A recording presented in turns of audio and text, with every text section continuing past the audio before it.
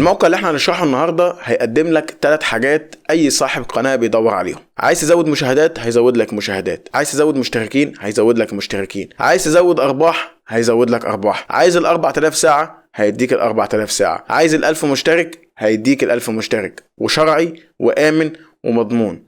ايه ده يا ابو ملك، انت هتشرح موقع بيزود مشاهدات وارباح وساعات ومشتركين؟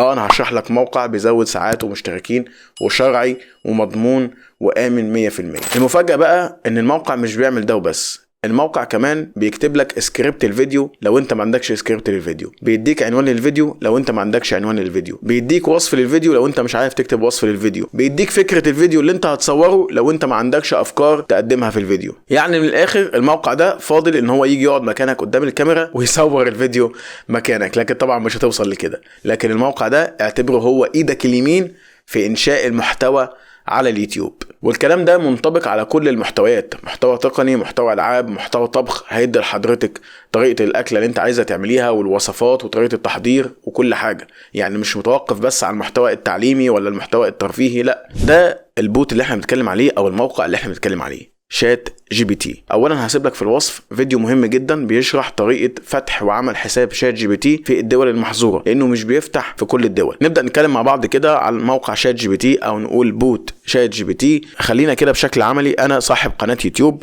وما عنديش فكره فيديو، انا عايز فكره فيديو. انا واحد بشرح لك او بتكلم في الربح من اليوتيوب وعايز اتكلم عن زياده المشاهدات. في ناس كتير بتدور على زياده المشاهدات، ازاي اجيب فكره وانا ما عنديش افكار؟ انا خلاص كل الافكار اللي عندي قلتها ومش لاقي فيديو جديد، اعمل ايه؟ اجي هنا لشات جي بي تي واقول له لو سمحت انا عايز فكره فيديو لزياده مشاهدات اليوتيوب بشكل بسيط جدا.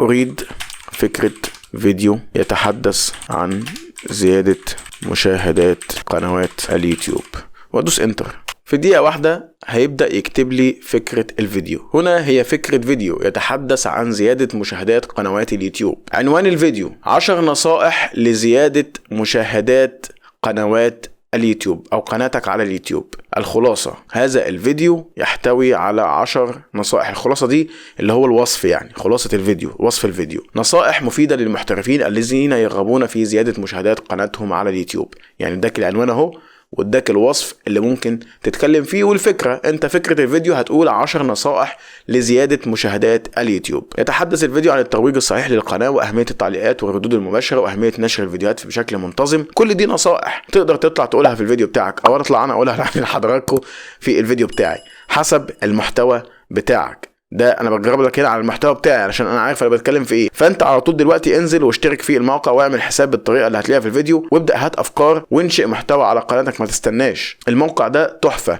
ملخص الفيديو اللي هو بقى العناوين اللي انت هتتكلم فيها، العناوين الرئيسيه. قم بترويج قناتك بشكل فعال، استخدم الاعلانات المدفوعه. النصائح اللي ممكن تزود المشاهدات، انت بقى ممكن تاخد النصائح دي وتحولها لفيديو باسلوبك وبطريقتك وتضيف عليها لو انت حابب تضيف عليها، تشيل منها لو انت شايف انها مش مناسبه للمحتوى بتاعك. هو بيديك النصائح بشكل عام وبيديك حاجات كويسه جدا والله. يعني انا جربته في كذا حاجه وكتبت بيه مقالات على الموقع بتاعي واستخدمته في فكره فيديو على قناه ربح من الانترنت، هتلاقيه في الوصف. روج قناتك، استخدم اعلانات مدفوعه، قم بالرد المباشر على التعليقات. لما يجيلك تعليقات على القناه رد عليها، ده بيزود التفاعل على القناه اهو. هذا يعطي المشاهدين ان يعتقدوا انهم مهمين ويزيد من التعليقات والمشاهدات. انشر الفيديو بشكل منتظم، قم بتعيين وقت ويوم معين. انا دايما بقول لك كده، لما تيجي تنشر فيديو انشره في وقت ويوم معين.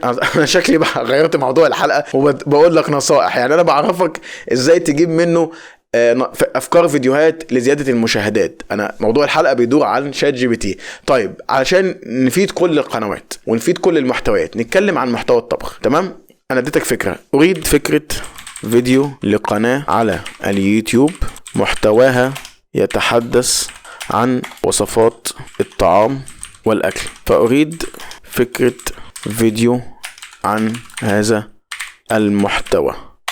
هنا هي فكرة لفيديو يتحدث عن وصفات الطعام. عنوان الفيديو هيبدأ يديك برضو عنوان الفيديو، وهيديك وصف الفيديو، وهيديك أفكار تتكلم فيها عن الفيديو. 5 وصفات للطعام الرائعة التي يمكنك التحقق منها في المنزل، يعني تقدر تعملها في المنزل.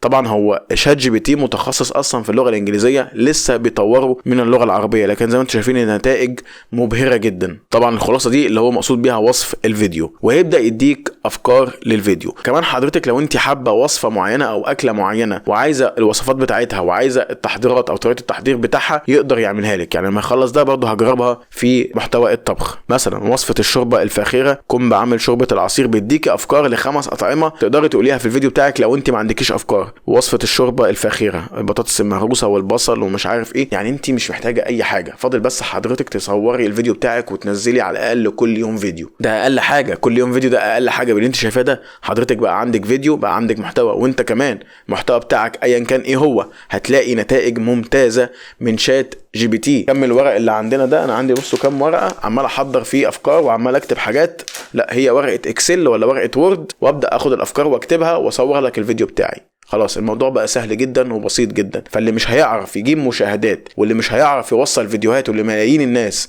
من خلال نشر فيديوهات كتير واتباع النصائح اللي قالها شات جي بي تي واللي احنا قلناها كتير جدا عشان نزود مع بعض مشاهدات القناه وعشان نرفع من محتوى القناه وعشان نرفع من اداء القناه، فانت في ايدك كنز. طبعا ممكن نقول اكمل اهو، يبدأ يكمل. فانت في ايدك كنز، تبدأ تنجح قناتك بيه وتجيب افكار. لو انت ما عندكش افكار، اهو الافكار موجودة. مش هقولك بقى هات افكار من الاحصائيات ولا هات افكار مش عارف ايه، طبعا افكار الاحصائيات دي حاجة تانية وليها حسبة تانية. طبعا لازم تشوف الجمهور بتاعك بيحب ايه وتعمله اللي هو بيحبه. لكن انا هنا بتكلم لو انت بقى قاعد كده ما عندكش اي حاجة في دماغك عارف تقولها، مش لاقي حاجة تقولها، يبقى خلاص انا هلجأ لشات جي بي تي. عايز عنوان هيكتب لك عنوان، سكريبت هيكتب لك سكريبت، فكرة هيديك فكرة، وصفة هيديك وصف، كلمات مفتاحية هيديك كلمات مفتاحية، كل حاجة. فاضل بس ان انت تصور وتعمل الصورة المصغرة بتاعتك. لو كان بيعمل صور كنا نقول له اعمل صورة، بس لسه ما بيعملش صور. بس اكيد زي ما انتم عارفين في مواقع تانية بالذكاء الاصطناعي تقدر تعمل لك الصور اللي انت عايزها. فعايزك تقول لي، هل بعد ده مش هتعرف تزود مشتركين؟ مش هتعرف تزود ارباح؟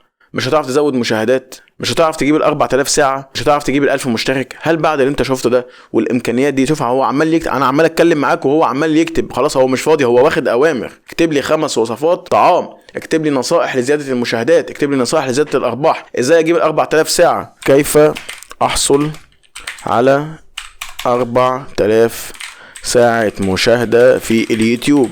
هكتب لك يا عم ازاي تجيب 4000 ساعة من مشاهدات اليوتيوب او من اليوتيوب. هناك العديد من الطرق المختلفة التي يمكنك استخدامها للحصول على 4000 ساعة مشاهدة على قناتك على اليوتيوب. وعد بقى النصائح وعد اللي انت عايزه. عايز تزود مشتركين اكتب له هيرد عليك ازاي تزود مشتركين. عايز تزود ارباح اكتب له هيرد عليك ازاي تزود ارباح. الذكاء الاصطناعي لو مش موجود معاك دلوقتي ومش بتستخدمه دلوقتي، هتستخدمه امتى؟ مش عايز اطول عليكم اكتر من كده. اي سؤال سيبوه في التعليقات، وانتظروا ان شاء الله حلقات جديده هتساعدكم في الربح من اليوتيوب والنجاح ان شاء الله. استعدوا كمان للربح من الفيديوهات القصيره في اول شهر 2. لو عندك اي سؤال سيبوه في التعليقات. اشوفكم ان شاء الله في حلقه جديده. شكرا لكم والسلام عليكم ورحمه الله وبركاته.